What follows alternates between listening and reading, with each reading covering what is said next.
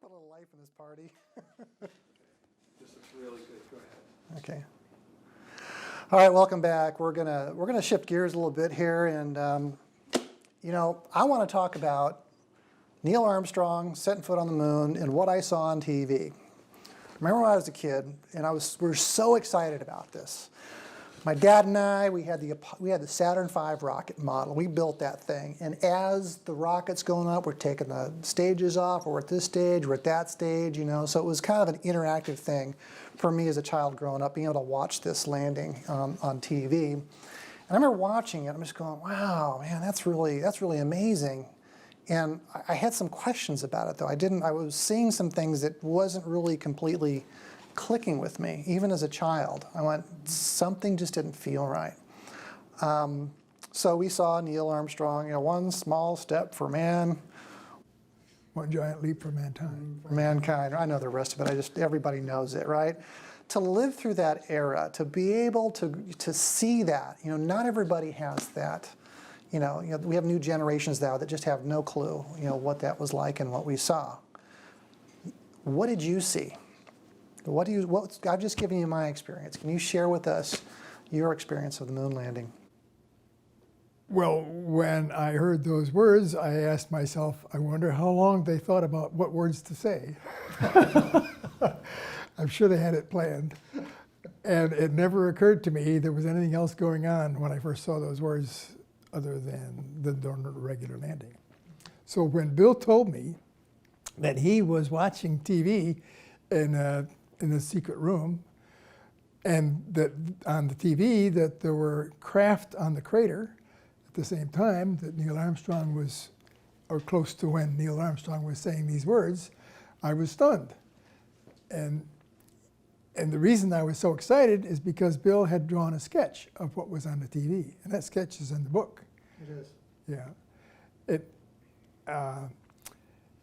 It's a totally different story. It confirms what I have increasingly believed, namely the process of controlling the secrets is so sophisticated that the government is able to fool the entire public that nothing anomalous was seen there, and the anomalies being 7 craft on the crater. Tell us about this room, Bill. How many people were there, and what did they see? Well, it was, I got sort of hired at TRW to put together like a little command and control station for the Apollo program, where the facility actually set up straight contacts with mission control in Texas, so that we got the same information going and coming and listening to the astronauts' comments. And it was in not a large room. It was off-site, not on the regular facility at TRW. And we set this up so that we could monitor those missions as the company, which is putting together all kinds of proposals on space systems and then do unsolicited bids back to the government. Where off-site was it? Where off-site was it? That's the first I'd ever heard of that. Me too. It was only about 6 miles because actually TRW had hundreds of off-site facilities, and it's just one of those, like in a separate building, only 6 blocks from the facility, and we had all of the communications that NASA had, and we were connected to them, so we could contact them if it became necessary, but we were just monitoring. That's all we were doing. This is a different mental image from what I read in the book. I was under the impression this was like at mission control, you know, the tiered, you know, control center there.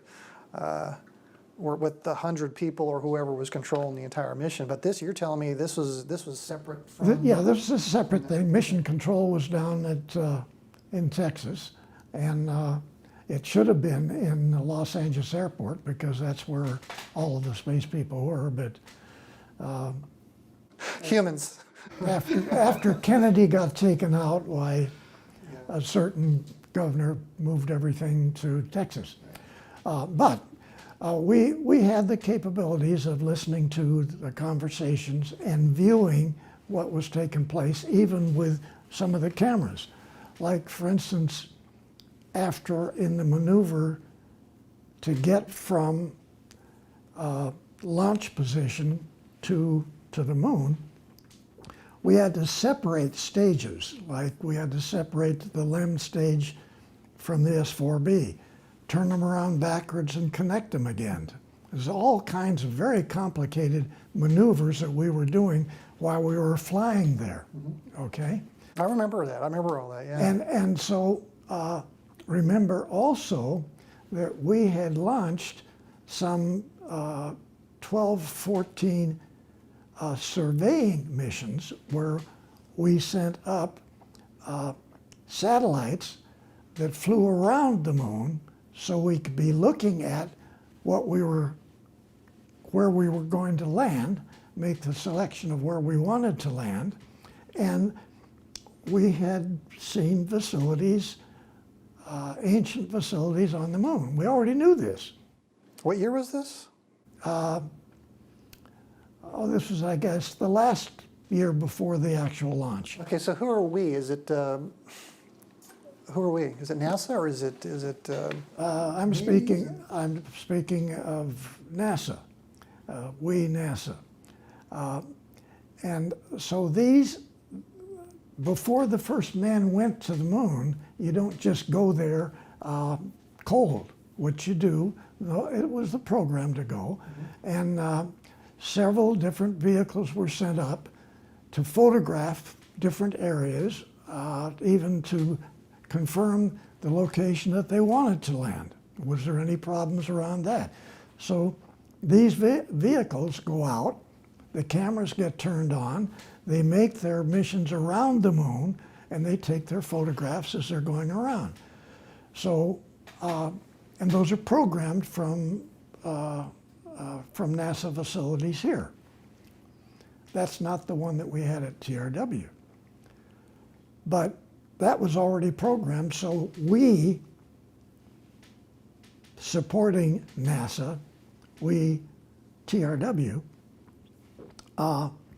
saw some of the photographs of the previous non-manned missions, which showed buildings, ancient buildings. We also saw translucent buildings which were parked like a building could be 3/4 of a mile high, glass, and be 1.5 miles above the surface of the moon. So Bill, this was over a period of months or just in the vicinity of the Neil Armstrong landing? It was like these appeared over the year before the first launch, man-launched vehicle. Okay, so we found all kinds of, NASA found all kinds of new things, which of course they didn't release. Was TRW getting this at the same time as well? Were they aware of No, this? but before that, we were getting the same information from our people in NASA, okay? So we're like in bed with the NASA missions. We're making recommendations and program. We have a contract. So TRW had access to the medical communications? Yeah, and we had access to most everything on the program. Okay. Communications-wise, everything. But this separate little building thing was sort of different in that this gave us, at our facility here in Los Angeles, sort of a window to what Houston was looking at. Okay, we got sort of this stuff, and maybe not legally, but we were doing this. Okay. Anyway, Well, Bill, did you see some of these buildings also on the TV? Did your eyes personally see these? yeah, we saw some of the structures. But did you see it? But wait a minute, yeah, but we saw those He keeps down saying at we. the, wait a minute, that was down at the NASA facilities before the first manned mission. Okay. Yeah, so you've mentioned that, so because they had to do the Yeah. reconnaissance, but did you personally yourself lay eyeballs on a building a mile and a half above or on the surface of the moon? One of the ones that I saw was a glass building that was floating like a mile above the surface. You saw that one. Yeah. Was it lit up? Was it broken? Was it? It looked like a translucent building, not clear. The pictures weren't clear. That same series of photographs that they had, that NASA had, showed 3 different areas on the other side of the moon which had ancient structures on the surface of the moon. And we saw those before any manned mission. It's exciting new stuff to me. It is, as it is for me. I'm agape. I can't, I'm just like, Okay, wow. Well, so hang on. So here's a question for you, Bob. And please, we're going to come back to that in a second. At what point does a building stop becoming a building and become a spacecraft? It's a mile and a half above the surface. And okay, what we were looking at, and this is down at Huntsville, because most of the studies, the data went immediately there. They didn't decipher the data in the command center in Houston. Everything went to Von Braun's, Dr. Debus's facility. what's on your mind? What are you thinking? What's on my mind? NASA never said anything except that Houston was in total command of all these missions. And they never admitted that the Huntsville had anything to do with this level of activity. I mean, Huntsville basically was initially kind of an Army program. Yeah. And, but clearly, Bill is saying is that Von Braun and Debus were able to get access to the top secret NASA stuff on the side without a lot of people knowing about it. Because they were running it. Yeah, yeah. Bill, I think I'm reflecting on my insistent question about this mile and a half thing. I may have misinterpreted what you said. You said a mile and a half above the surface. Does that mean it's floating above the surface, or is that the structure's a mile and a half high? The structure is a mile and a half high, and it's stationed there. Okay, it has a permanent station position. Floating. Floating. So it's not Floating. attached to the moon. It's still No, it's got nothing. It's not attached to the moon. It's just one, and it's a rectangle, like a rectangle building. like a skyscraper. or Big whatever, square, your standard, yeah. long rectangular. First I've heard of that. It almost looked like ice that you put in your drinks. So is the altitude that this structure is floating above the moon a mile and a half above the moon's surface? Yeah, above the moon's surface. Okay, and how big? And so the structure, it's hard. It'd be difficult to kind of gauge the size. It could be like a 200-foot, I mean, 200-story building, floating, big rectangular building floating. Back to my question about when does a building become a ship? There were other facilities. There were other facilities that were like streets or roads on the surface that they photographed. So all this stuff was new. All of it was classified, of course. So you knew a little bit about your mission of where you're going to go before you went there, okay? That was the purpose of it, but they found all this stuff. So the actual mission, the first one, when the astronauts got there, before they got there, halfway,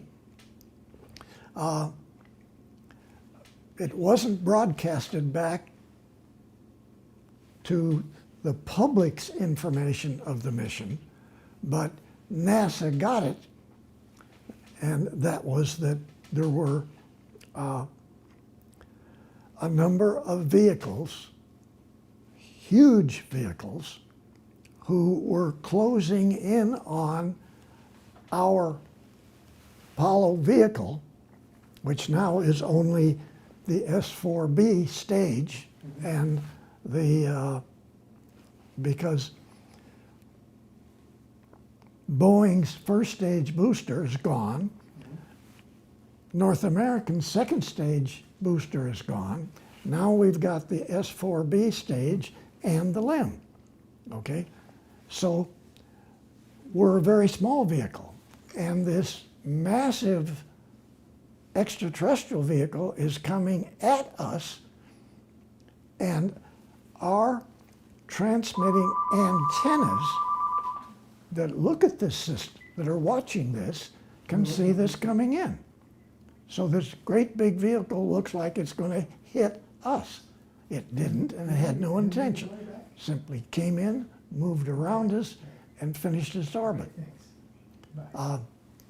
Then those guys eventually landed on the high edge of the craters, like the steep part of the outside edges of the round craters. They didn't land, they parked above it and they hovered. They were hovering, just like it shows in your drawing. Yeah, Now, these were these ships had closed on the rocket and passed them, landed down there, and waited for them to land? Are these the same ships that they saw? well, actually they came in, obviously not to damage us, our direction, but saying hello or whatever, okay, or giving us, no, that came later. I have a question, Bill. Do you have any knowledge as to whether the astronauts were shown this previous information about what was on the backside of the moon or not? Were they kept in the dark? That's a great question. The personnel that were on the mission were knowledgeable of what was there, okay?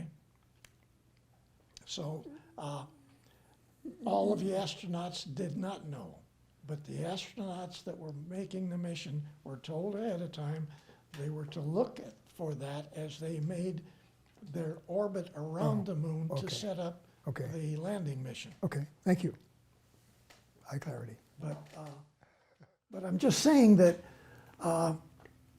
if you hear the conversations between Mission Control and the Apollo, they're talking about seeing as they orbit around the moon before the landing, okay, because you don't just come and land, you orbit. They're talking back and forth at different facilities as they're flying around the other side, which then confirmed the mission that their unmanned satellites missions went up there and photographed. The unmanned ones that were photographed before the first manned mission. So, yeah, that stuff was confirmed, and it went back and forth in the conversations.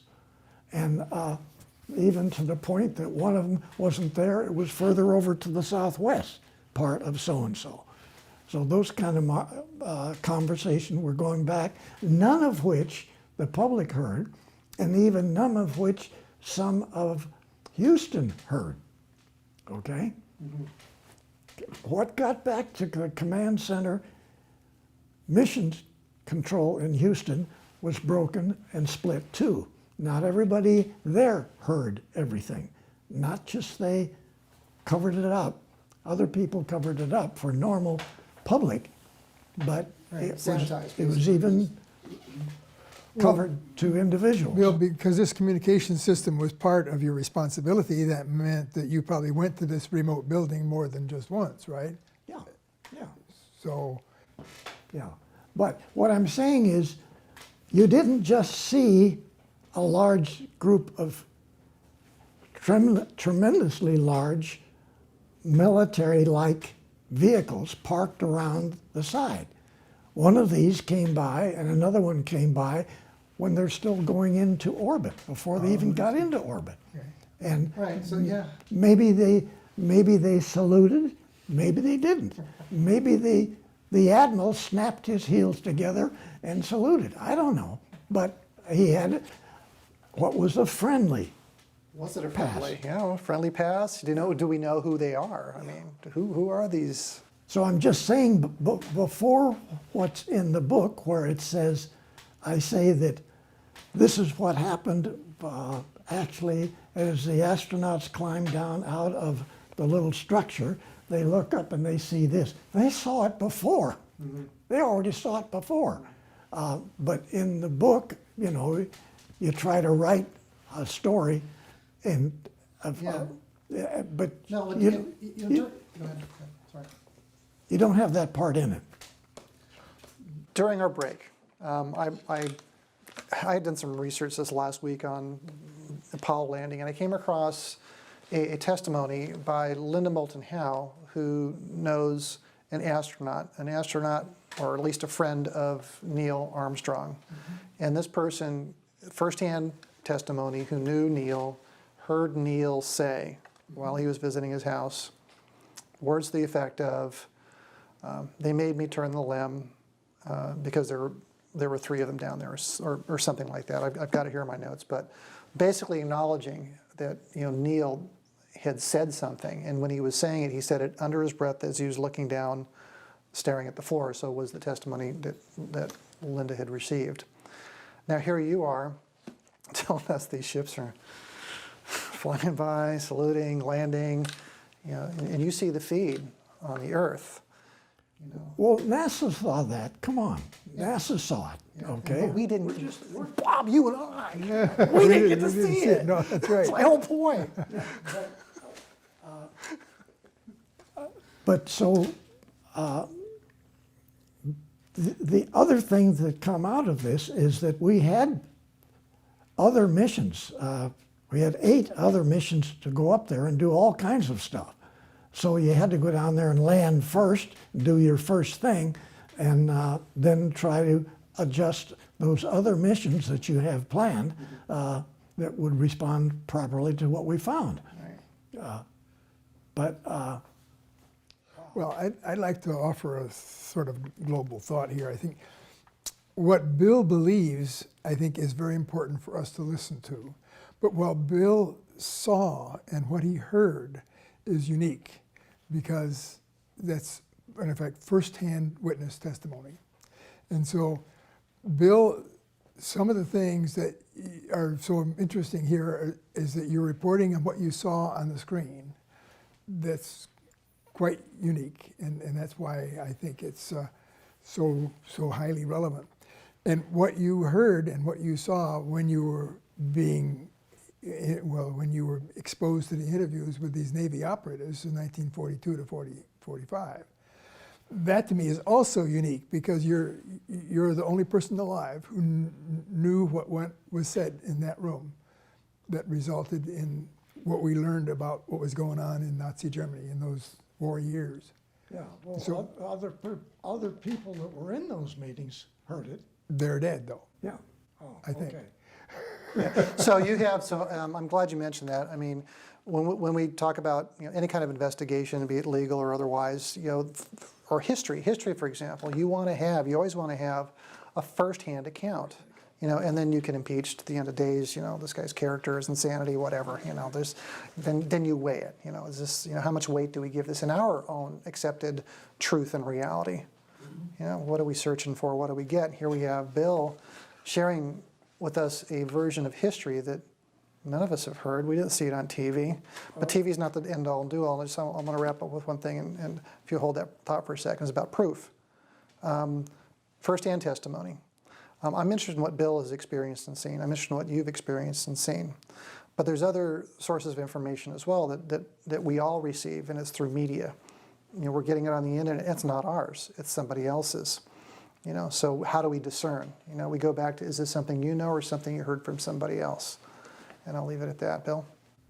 So what takes place then is they don't have a problem with the landing, which they had anticipated they would have. They climb down. They first thing they do is take the Freemason plaque and they put it over next to the structure so you can see both of them, and they photograph that as the Freemasons then accepting the ownership of the moon. Okay? I don't know whether we understood that part. No, no, I got it, but go ahead. And so then, all this before you do your real thing. They dig down in the box where all the stuff is, and they bring out the Freemason flag. And they stick it in here like this, and they stand next to the Freemason flag. Okay? First things first here. So you've seen these photos? Yeah. And I'm only saying, what have the Freemasons got to do with this? Well, we've seen the photos of was it Buzz Aldrin with his ring and his bib, on the limb, so this is not. It's not totally new. Yeah, we've heard this before, but you're seeing this being done. Is that what you're saying, that you saw them through the video feed, them conducting this little ceremony on the before one small step for man, it's one planting of a flag for the Freemasons, and then we'll do the one small step. What came first? What happened? Yeah, I mean, you got to ask, what are Freemasons? What are they doing here? Every one of the astronauts were Freemasons. Wow. No, I'm taking you literally, Bill. I mean, the first things first. I mean, am I getting that right? Is it fair for us? I mean, are you telling us that before you accepted that you were there, United States, accepting that you owned the moon, which you don't own it, it's not yours. Walter's asking a very specific question. What the timing was the Freemason ceremony before, after the small step for mankind? No, it was before. The first thing that was done was the now, did they do the that two things in the craft or on the moon? on the surface of the moon. It just keeps getting worse, better. I don't know. It's just No, wait a minute. You put the plaque on the dirt, on the soil. You said next to the structure, so that would. And then you take all the pictures with them standing by the plaque, okay? Then you separately one of the guys brings the flag down, you stand that up, and then the guys stand by the and they climb back